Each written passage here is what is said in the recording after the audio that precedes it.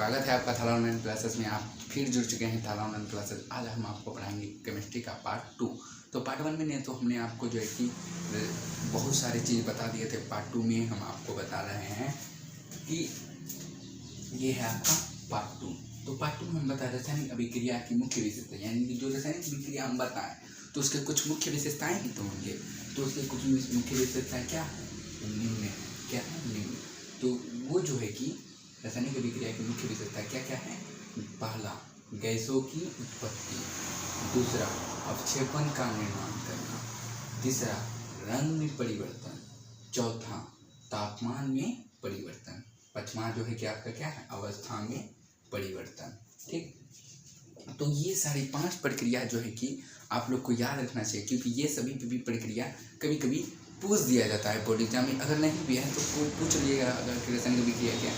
तो चलिए ये बता दें, तो उसके मुख्य विशेषताएं भी तो बताए, जैसे तरह की हमने बारे में बता दिए तो उसके बारे में आखिर क्या गुण है, ये सभी चीज़ बताना जरूरी होता है।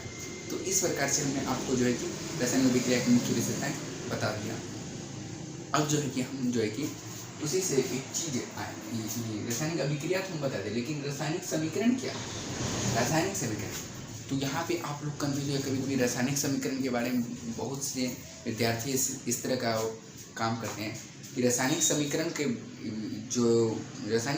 की परिभाषा जो है कि वो रासायनिक अभिक्रिया में बोल देते हैं। जो अभी रासायनिक अभिक्रिया होते हैं वो रासायनिक समीकरण में। लेकिन यहाँ याद रखने का एक ट्रिक है। कौन सा? देखिए, रासायनिक समीकरण, किसी रासायनिक अभिक्रिया वहाँ क्या था? वहाँ आपका जो था क्या?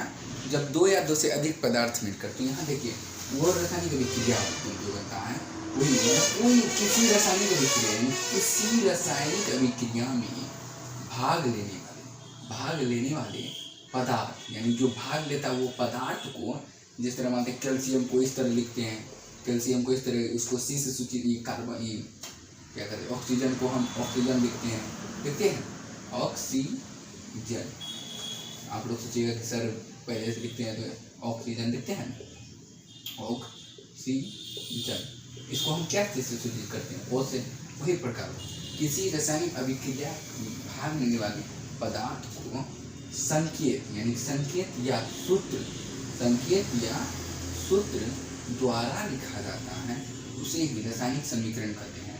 तो ये जो है रासायनिक, किसी भी रासायनिक अभिक्रिया में भाग लेने, जैसे कि जिस तरह की मान लेते हैं, जैसे यहाँ जैसे दे दिए सी, ऐसे देते हैं CH+O2, ये क्या हुआ? मेरा रासायनिक समीकरण।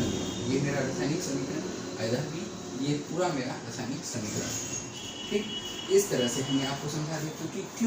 क्योंकि वो पदार्थ को संकेत या सूत्र के द्वारा माध्यम से हम लिखें, इसी प्रकार से वो रासायनिक समीकरण, रासायनिक अभिक्रिया समीकरण कहलाता है। ठीक, तो इस प्रकार से हमने आपको समझा दिया। ठीक, लेकिन यहाँ पे आप लोग, हम तो यहाँ मिटा दिए हैं, लेकिन आप लोग ठीक, कोई दिक्कत वो थोड़ा सा इस हो जाता है। क्या करें, आप लोग सपोर्ट कीजिए, हम लोग को उनको सपोर्ट जितना करना उतना कीजिए, तब हम आपके लिए और वीडियो बनाते हैं। तो मिलते हैं अगले वीडियो में, पार्ट 3 में। तब तक के लिए